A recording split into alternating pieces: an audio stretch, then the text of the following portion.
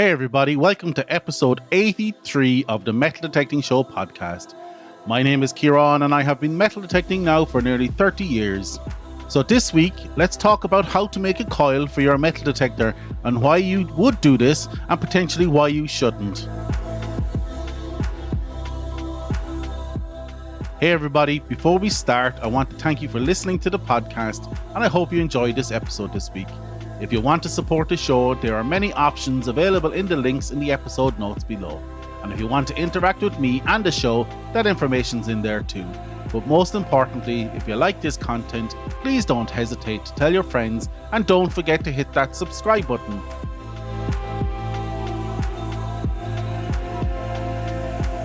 Hey Detectorists, how has the week been? Nothing major for me this week, just a week of plodding about in the rain, driving on, did a bit of local research in the warmth of the house and tidied up a few piles of finds.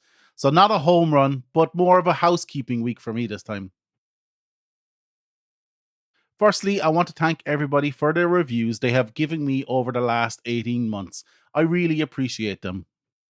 They have put the Metal Detecting Show as the highest rated metal detecting podcast online, which I am eternally grateful for. However, I got a review this week that was positive but gave me pause for thought as it prompted me to reiterate the concept of the podcast.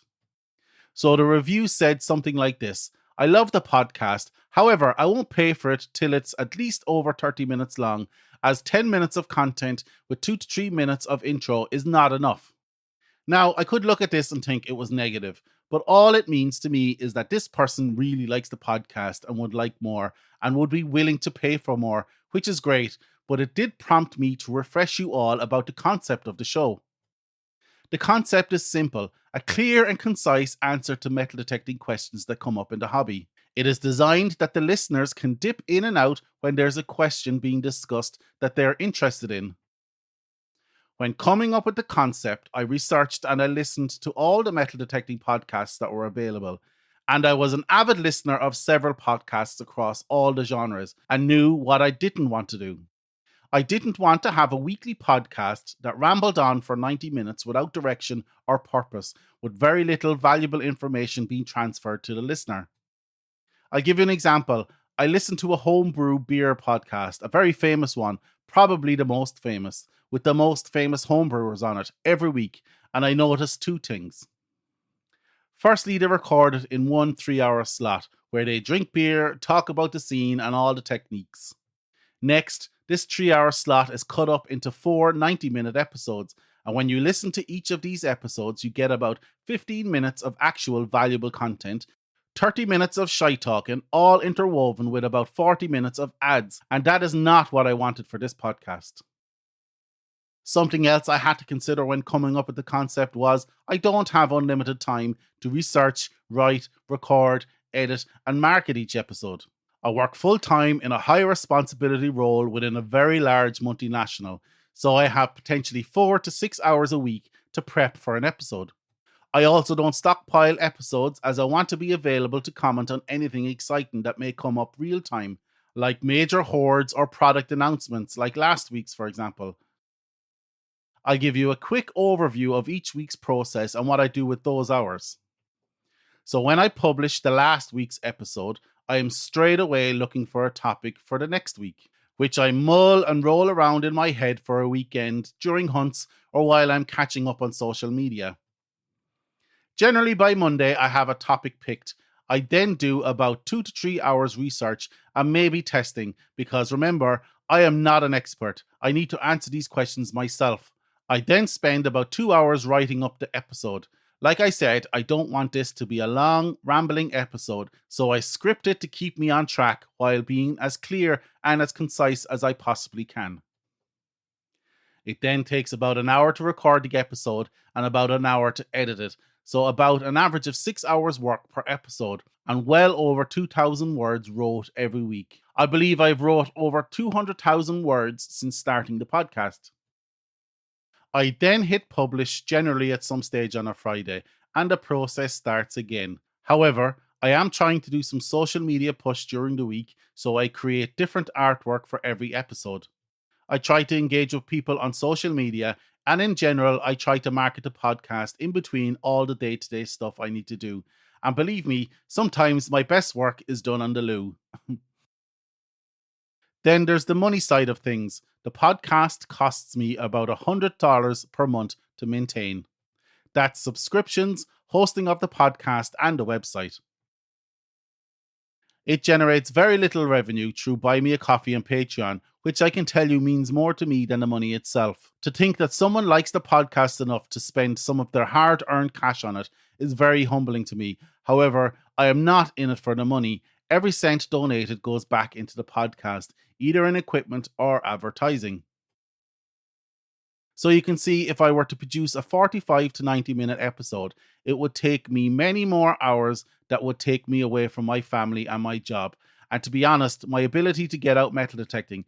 And don't forget, I love this hobby as much as you guys, and this podcast is actually secondary to that.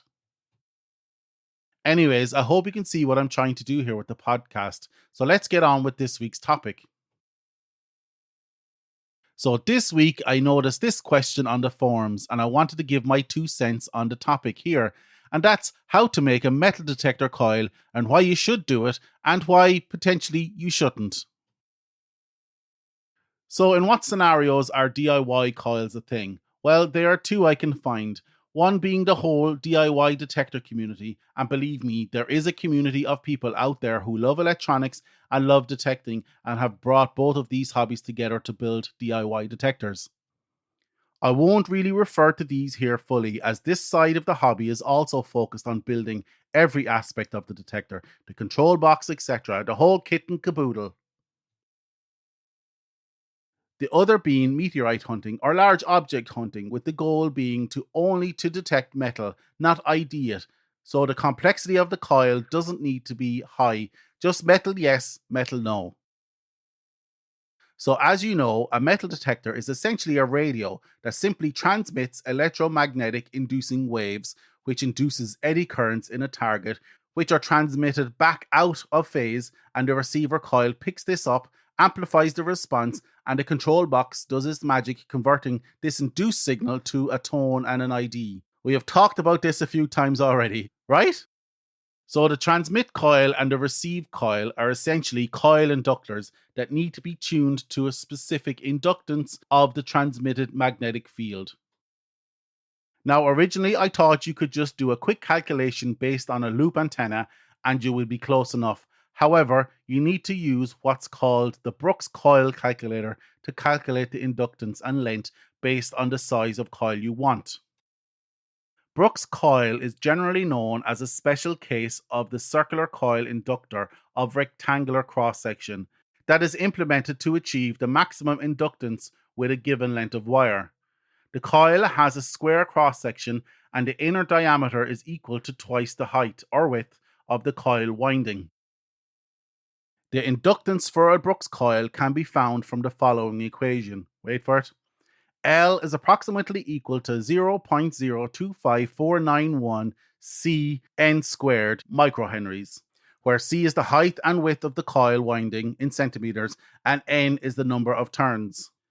As you can see, it isn't simple. So if you can navigate the equation, you will get the inductance of the coil. And now you need to consider the impedance or inductive reactance of the inductor or coil, which is dependent on the frequency transmitted or received. And if any of you have dabbled in car stereos or old radios, you will know that it is super important to match your speaker's impedance to the amplifier, or you risk blowing out your amp. This is essentially the same with your detector. If you happen to create the coil, you simply can't plug it in without doing some level of impedance balancing, or you risk blowing out your detector's preamplifier. You can calculate the inductive reactance XL of an inductor with XL equals 2 pi FL. Inductive reactance is measured in ohms. There are loads of equations online for both of these equations. The only way of knowing for sure the expected inductive reactance for your control box is to measure the resistance of a known good coil and match to that. But what if my detector is a multi-frequency? Well, I wouldn't be trying a DIY coil on a multi-frequency machine. I will try this on an old detector that operates on a single frequency. The risk is too great on a newer machine. So say I want to create a 2 meter coil with 100 turns of wire. I would end up with a coil with an inductance of 195.91 microhenries, which, if my detector frequency is 17 kilohertz, this will give me an inductive reactance of 21 kiloohms, which will have to be balanced to your control box by adding a resistor in series or parallel depending on the control box.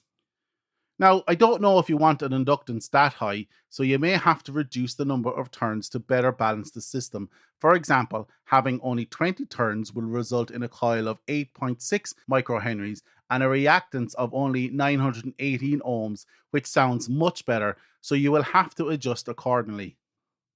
Now, I'm only talking about a single coil here, which will be better suited to a PI detector.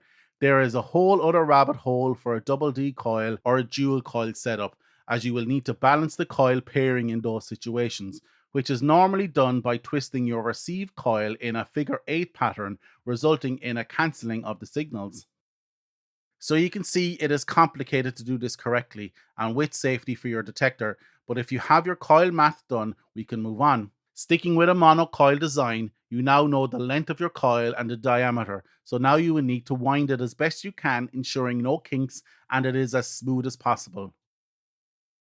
You would think that's it. No, I'm afraid not. Now you need to shield it with either shielding tape, which is a tape of metal gauze, or you could just use tinfoil. But whatever you use, you need to ensure that the overlap is at a minimum and that the two ends don't touch, leaving a little gap in the shielding with one end connected to earth or common on your detector. This shield is essential as it increases the performance of the coil and protects it from outside interference. So now you have 3 connections, either end of the coil and the shield.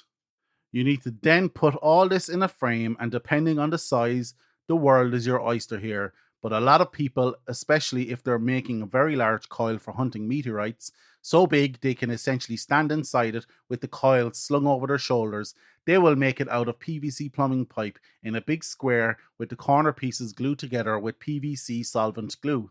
Some people cast their smaller coils in resin and attach them to the detectors like normal, but that process will require a little can-do attitude beyond the work of a weekend. So I didn't go into the control box, like I said, because there is kits online or ready-made control boxes suited to DIY coils, etc. So that may be the next step for you if you're successful in building your own coil. You have your coil, what can you do with it? Well, it's a coil, go detecting with it, test it out. Did it improve on stock coil performance? However, there is only one reason to build a super large coil, and that is to find large targets while covering more ground. It makes sense. Would I recommend you try this out? Absolutely, but I wouldn't recommend you try it out on your brand new multi-frequency detector. Try it out on one of your old ones, and if you want more information, there is loads of resources and communities online. But the one I like and used most in researching this week's topic was geotech1.com. Check them out, there's loads of cool stuff there if you want to make your own coil or your own control box in the future. That's it for this week. I hope you like this episode of the Metal Detecting Show podcast. Check out our website www.themetaldetectingshow.com for this episode's show notes. Check out our Patreon page if you want to help the podcast stay alive or just want to buy me a coffee. Actually, if you want to buy me a coffee, you can do so at buymeacoffee.com/metal detecting. If you would like to leave me a voicemail, please do so on speakpipe.com/the Metal Detecting Show. The link will be in the show notes. If you feel like taking your appreciation to the next level, feel free to leave me a positive review on any podcast directory of your choice. If you like this content and would like more, please don't hesitate to tell your friends, and don't forget to hit that subscribe button. Once again, I hope you enjoyed this episode, and we will chat to you all again next week. Get out there, eyes down, good luck, and happy hunting.